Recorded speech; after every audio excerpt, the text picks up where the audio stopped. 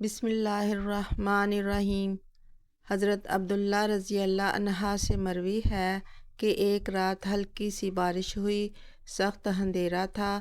ہم انتظار میں تھے کہ رسول اللہ صلی اللہ علیہ وسلم تشریف لائیں اور نماز پڑھیں۔ پھر رسول اللہ صلی اللہ علیہ وسلم نماز کے لیے تشریف لائے اور مجھے فرمایا پڑھ۔ میں نے کہا کیا پڑھوں؟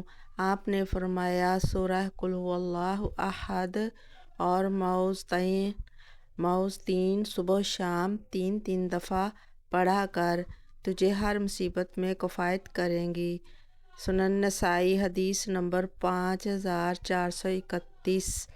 صبح اور شام ہم کو دعاؤں کا اہتمام کرنا چاہیے اور اسی میں ہی 3 دفعہ قل هو اللہ احد، قل اعوذ برب الفلق اور سورۃ الناس آتے ہیں۔